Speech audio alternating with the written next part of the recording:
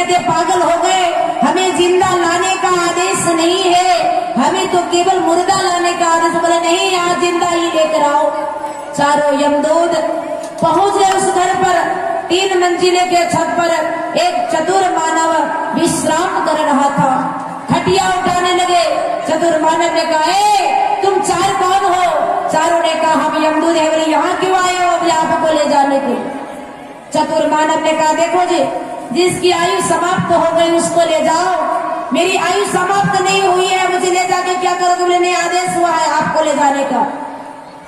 जिंदा मानव ने कहा, ठीक है, मुझे ले जाना चाहते हो तो कोई बात नहीं, मेरा एक काम मुझे करने दो, फिर मुझे लेके चलो। क्या था? वो अपने कमरे के अंदर गया, एक लिफाफे में एक चिट्ठी लिखा और हाथ में लेकर बैठ गया। बोला, ले खटिया उठा के चलो, खटिया सहित यमराज के पास लाके हाजिर कर। चतुर मानव कहते, यमराज जी आपने मुझे क्यों बुलाया? यमराज ने कहा, बस ऐसे ही बुलाने की इच्छा हो गई तो मैंने बुला लिया।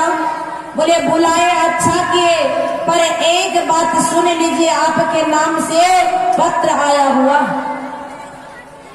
जिंदा मानव ने यमराज के हाथों पे थमा दिया गया पत्र। यमराज उस पत्र को पढ़ने लगे। उस पत्र में लिखा हुआ था, यमराज जी सिंहासन खाली करे, आपके सिंहासन पर जिंदा मानव को बहाली कर रहा हूँ। कहा सिग्नेचर भगवान विष्णु। क्या था? ऊपर का आदेश यमराज को पालन करना पड़ा। सिंहासन खाली किया और अपने सिंहासन पर जिंदा मानव को बैठा दिया। जिंदा मानव कहते, यमराज जी मैंने सुना है तेरे द्वार पे बहुत सारा नरक कुंड है, जरा मुझे दिखाओ। जब नरक कुंड दिखाने लगा, खौलता हुआ तेल है, कहीं खौलता हुआ बालू है, कहीं खौलता हुआ पानी और पीप है, कहीं बिच्छू सांपों का झुंड है। जिंदा मानव ने कहा, बस हो गया, बंद करो, मेरे आदेश का पालन किया जाए। जो भी पापात्मा हो सभी को स्वर्ग भेजा जाए। अब क्या था? क्या पापात्मा, क्या पुण्यात्मा, सभी को स्वर्ग भेजने लगा। 10 दिन के अंदर स्वर्ग में भर गया। अब देवताओं को रहने का जगह नहीं, देवता भागने लगे। भगवान विष्णु के पास गए। भगवान विष्णु ने पूछा, रे तुम लोग भागते क्यों फिर रहे हो? कोई असुर ने चढ़ाई कर लिया? बोले, असुर ने चढ़ाई तो नहीं किया है, पर यमराज ही पागल हो गया है। सभी पापी को स्वर्ग में भेजकर अब हमारे स्वर्ग में जगह नहीं है, इसलिए हम आपके पास आए हैं प्रभु। और जैसे ही आंख बंद किया, जैसे ही आंख बंद किया और आंख बंद करके देखा तो भगवान विष्णु ने देख लिया, अरे बाप रे, बड़ा विचित्र हो गया, जाना होगा। तुरंत भगवान विष्णु यमराज के पास पहुंचा और जैसे ही यमराज के पास पहुंचा, शांत हो जाइए, अब हो गया, लोग लौट जाएंगे। बोले बाकी भी हरिलाल। अंत भला तो सब भला। जिनको दान देना देते जाइए और जो शांत पूर्वक सुनते जाइए। और हमारे स्वयंसेवक भाइयों से मेरा विनम्र प्रार्थना है कि वे लोग अगल बगल मेरी शोर मच रहा है तो उनको शांत करने का कृपा करें। बोले सदगुरु भगवान। भगवान विष्णु ने आंख बंद किया, देखा, अरे तो बड़ा विचित्र हो गया, रोकना होगा इस अनर्थ को। तुरंत यमराज के सामने प्रकट हो गए। देखते हैं यमराज जी नीचे बैठा हुआ है और सिंहासन पर जिंदा मानव गोड़ हिला रहा है। भगवान विष्णु ने पूछा, यमराज जी क्या हालत बना के बैठे हो? यमराज जी ने कहा, ये हालत तो आपने मेरा बना दिया भगवान। भगवान ने कहा, कैसे? बोले पत्र पढ़ लीजिए। भगवान ने पत्र पढ़ा तो सिग्नेचर भगवान विष्णु ने कहा, ये पत्र तुमको किसने दिया? कहा, जिंदा मानव ने। बोले देखो, ये चिट्ठी मेरा नहीं है। बोले तब ये चिट्ठी किसका? जिंदा मानव का। भगवान विष्णु ने कहा, जिंदा मानव सुनो, ये चिट्ठी तूने क्यों लिखा? जिंदा मानव ने कहा, भगवान हम चिट्ठी क्यों लिखेंगे, ये चिट्ठी आपका लिखा हुआ है। भगवान ने कहा, झूठ मत बोलो, ये चिट्ठी तुम्हारा। बोले नहीं नहीं, मैं झूठ नहीं बोला, ये चिट्ठी आपका है। भगवान ने बोला, कितना झूठ बोलोगे? कहा, क्या झूठ? मैं झूठ नहीं बोलता प्रभु, झूठ आप बोलते हो। ये चिट्ठी आप ही लिखे हो तो आप ही लिखो, गारंटी है इसमें। लगता है अगल बगल में कोई बीड़ी पीता है।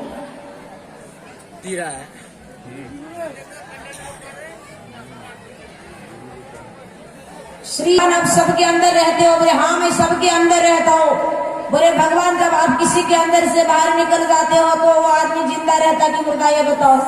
भगवान ने कहा जब मैं किसी के अंदर से निकल जाता हूँ तो वो मुर्दा हो जाता।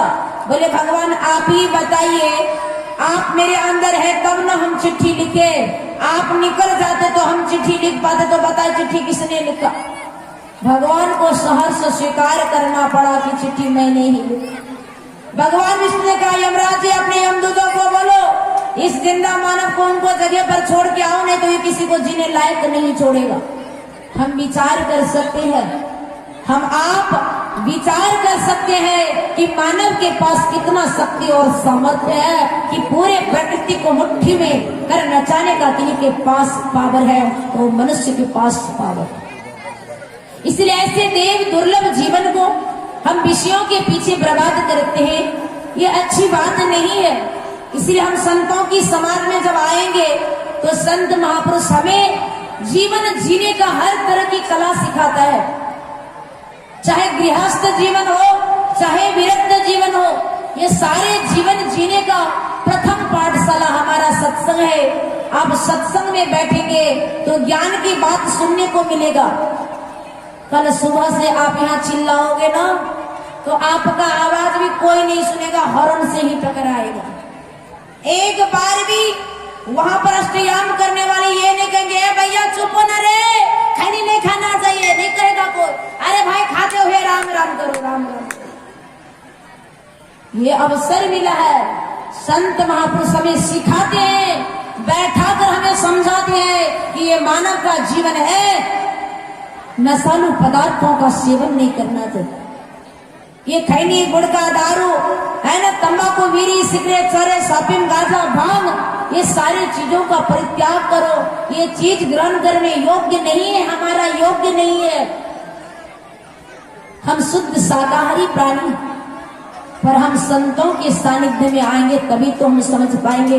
इसलिए तो कहा आत्मा खोज मुक्त होना, माया लाक्ष चेकना, गुरु बिना पाई देना परमात्मा। देखना भजन श्रवण करते हैं, उसके बाद प्रवचन विष का पान करेंगे। बोले बाकी वो जीवन बेकार। तो यदि हम आप जीना चाहते हैं, अपने मानव जीवन को हम सार्थक बनाना चाहते हैं, तो हम हरि नाम में पूरी तरह डूब जाए, क्योंकि हरि नाम ही है जो हमें जीने का एक एक कला हम आपको सिखाया जाता है। इसीलिए हमारे संत महापुरुष कहते हैं, हे संसार के लोगों, यदि आप घर गृहस्थी को भी बचाना चाहते हो तो आप दाम्पत्य जीवन को सिरोधार यदि करते हो तो उसमें पारिवारिक जीवन का भी एक धर्म बनता है।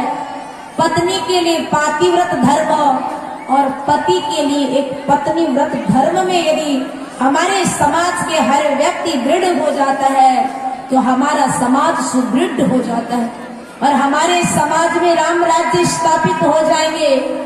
दैविक भौतिक त्रिताप ही समाप्त हो जाएगा, भौतिक त्रिताप ही समाप्त हो जाएगा।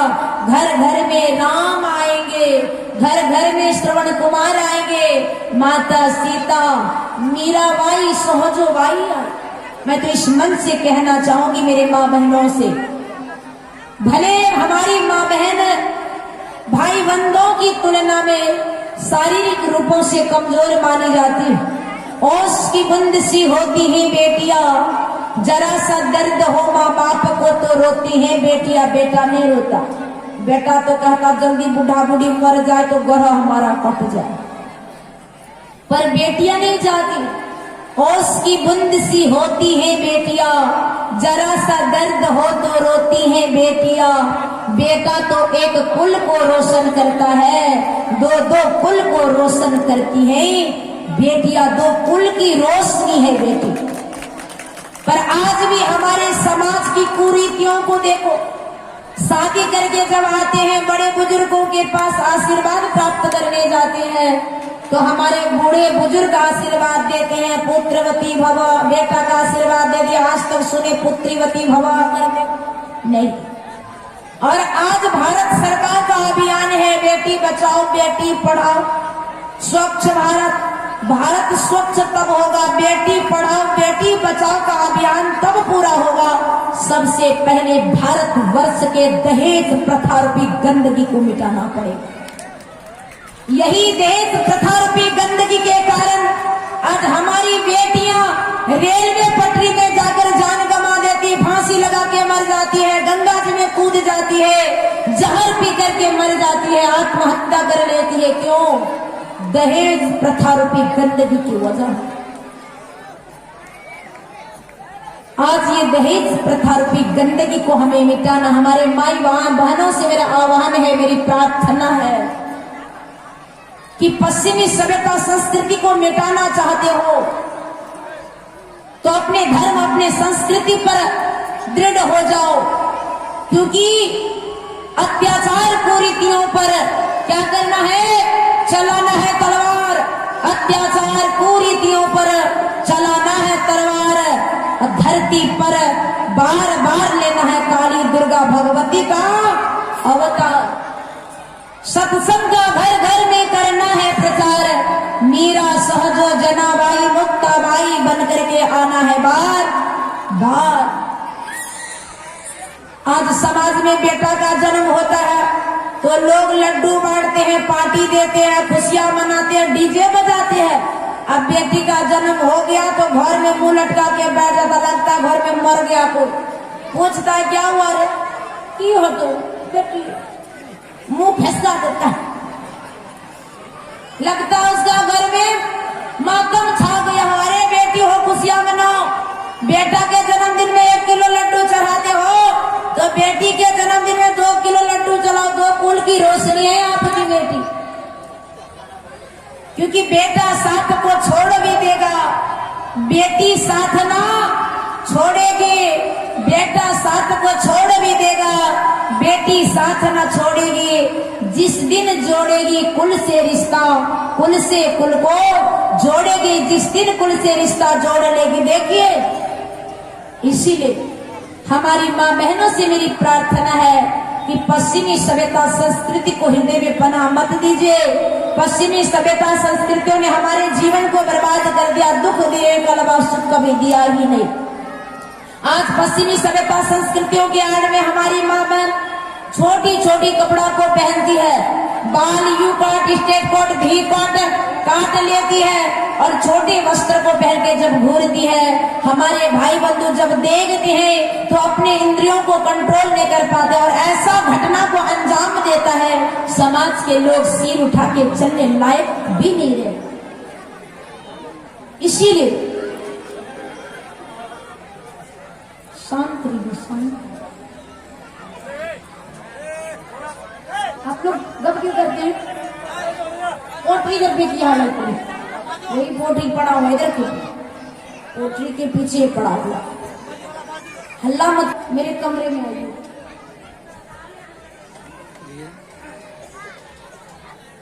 बोले बाकी बिहारी लाल। प्रश्नोत्तरी करना है। हमारे संत मत के मंच से प्रश्न नहीं पूछा जाता, और जिनको भी प्रश्न करना हो तो मेरे कमरे में आइए और वहां जितना प्रश्न करना है उस प्रश्न का उत्तर मिलेगा।